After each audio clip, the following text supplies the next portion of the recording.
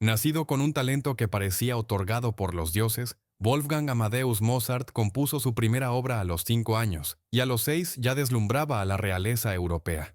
¿Cómo es posible que un niño pequeño sin una educación formal pudiera dominar un teclado y una pluma con tal maestría? La historia de Mozart es una mezcla de genialidad, sacrificio y misterio. Su mente era una sinfonía en constante creación, una que cambiaría para siempre la música occidental.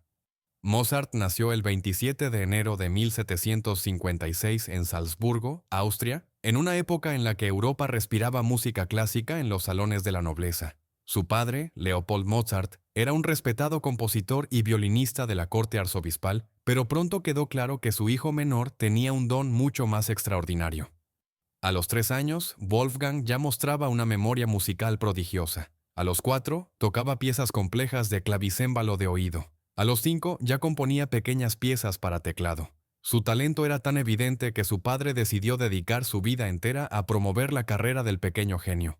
Junto a su hermana Nannerl, también una niña prodigio, Wolfgang emprendió giras por toda Europa. Recorrieron Viena, París, Londres, Múnich y otras capitales importantes. En cada ciudad, Mozart se sentaba frente a los reyes, emperadores y aristócratas, y los dejaba sin aliento. En la corte de Versalles, tocó ante el rey Luis XV.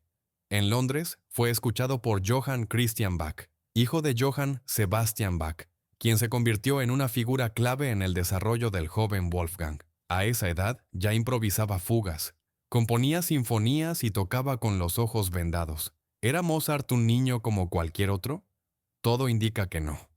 Durante estos años de giras, el pequeño Mozart enfermó varias veces y pasó por condiciones difíciles, durmiendo en posadas frías o viajando en carruajes incómodos, pero su genio nunca se apagaba. A los 8 años escribió su primera sinfonía completa. A los 11 compuso su primera ópera, Apollo et Jacintus. Y a los 14, en Roma, escuchó el famoso Miserere de Allegri en la Capilla Sixtina, una obra secreta del Vaticano que no podía ser copiada. Mozart la escuchó una sola vez, y al llegar al hotel la escribió de memoria. Este acto fue considerado tan prodigioso que incluso el Papa lo reconoció y lo condecoró con la Orden de la Espuela de Oro. Pero detrás del asombro y la fama también había frustración. A pesar de ser ovacionado en toda Europa, Mozart no lograba establecerse con un cargo permanente en ninguna corte. La nobleza lo veía como una atracción, como un prodigio de feria, pero no como un compositor serio. Su padre insistía en conseguirle una posición digna, pero los esfuerzos eran en vano. Mientras tanto, Mozart seguía componiendo con una rapidez asombrosa. Sinfonías, misas, conciertos para violín y piano. Cada nota que escribía era una obra maestra. Su mente no descansaba. A los 17 años regresó a Salzburgo para trabajar como músico de la corte del príncipe arzobispo Colloredo. Pero el ambiente era opresivo, lleno de limitaciones artísticas y jerarquías que el joven Mozart detestaba. A pesar de ello, en este periodo escribió algunas de sus más importantes misas y sinfonías. Sentía que tenía mucho más que ofrecer, que su música debía ser libre, no encadenada por las reglas de la corte. Su rebeldía empezó a aflorar. Su vida tomó un giro decisivo cuando, a los 21 años, se rebeló contra su patrón y dejó Salzburgo. Fue una decisión arriesgada, porque sin el respaldo de la corte no tenía un ingreso fijo. Se trasladó a Viena, el corazón musical de Europa, con la intención de triunfar por su cuenta. Allí comenzó a componer algunas de las obras más ambiciosas y revolucionarias de su carrera, como los conciertos para piano que desafiaban todas las convenciones de la época. El joven Mozart, ahora adulto, se encontraba en la encrucijada entre la genialidad y la incertidumbre. También fue en Viena donde conoció al amor de su vida, Constanze Weber. Contra la voluntad de su padre, Wolfgang se casó con ella en 1782. La relación fue intensa, compleja y muchas veces criticada, pero inspiró algunas de las obras más emocionales de Mozart. Fue en ese mismo año que escribió su célebre ópera El rapto en el serrallo, que marcó su consagración en el mundo de la ópera alemana. Hasta aquí, Mozart ya había superado lo imaginable. Prodigio infantil, compositor admirado por la realeza, joven rebelde que desafiaba a la tradición. Pero lo más grande aún estaba por venir. La segunda mitad de su vida lo llevaría por caminos aún más brillantes y más oscuros. Instalado en Viena, Mozart por fin tenía libertad creativa, pero con ella llegaron también los desafíos. Era un artista independiente, sin mecenas fijo, y en una época donde la música era un lujo para la aristocracia, vivir del talento era una apuesta arriesgada. Sin embargo, su genio floreció como nunca. Entre 1784 y 1786, compuso una serie de conciertos para piano que no solo desafiaban las reglas armónicas de la época, sino que ponían al intérprete al límite. Mozart no escribía solo para entretener, escribía para conmover, para provocar, para innovar. Pero su verdadero golpe de audacia llegó con la ópera. En 1786 estrenó Las bodas de Fígaro, una comedia revolucionaria basada en una obra prohibida en muchas cortes europeas por su crítica a la nobleza.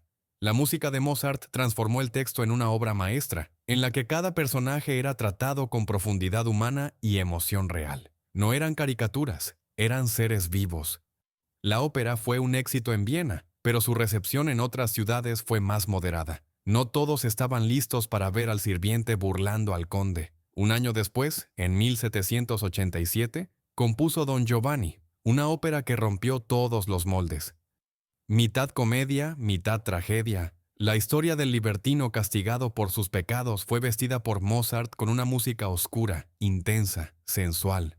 Aquella obra causó escándalo y admiración a partes iguales. Se dice que al terminar la primera representación, muchos no sabían si aplaudir o llorar. Era demasiado poderosa, demasiado humana.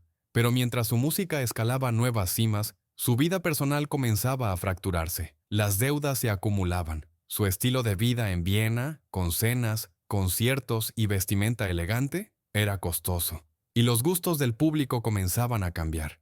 La música de Mozart, compleja y emocional, empezaba a parecer demasiado intensa frente a las nuevas corrientes más ligeras. El dinero escaseaba y la presión lo agobiaba. A esto se sumó el dolor más profundo, la pérdida de varios de sus hijos recién nacidos. Solo 2 de los 6 que tuvo con constancia sobrevivieron. A pesar de las tragedias, Mozart siguió componiendo sin descanso. Entre 1788 y 1790 escribió 3 de sus sinfonías más legendarias. La número 39, la 40 y la 41, conocida como Júpiter, obras majestuosas que no fueron comprendidas en su época y que hoy son pilares de la música clásica. En 1791 le llegó una misteriosa comisión. Un desconocido, vestido de gris, lo contrató para componer un requiem. La leyenda dice que Mozart creyó que estaba escribiendo su propia misa fúnebre. ¿Era solo una metáfora o una premonición? Lo cierto es que su salud comenzó a deteriorarse rápidamente. Fiebre, dolor, agotamiento. Nadie sabía qué tenía. Algunos dicen envenenamiento, otros una infección común. Hasta hoy, su muerte sigue envuelta en misterio. En sus últimos meses, Mozart también compuso La flauta mágica, una ópera impregnada de simbolismo masónico, llena de enigmas y enseñanzas morales. Fue un éxito inmediato, el público aplaudía cada función. Pero Mozart no lo disfrutó mucho tiempo. El 5 de diciembre de 1791, a los 35 años, falleció en su casa en Viena.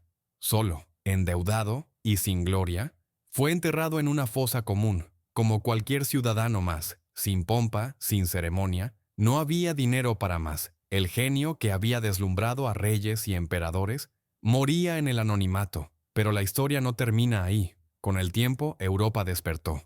Redescubrió su música y comprendió su inmensidad.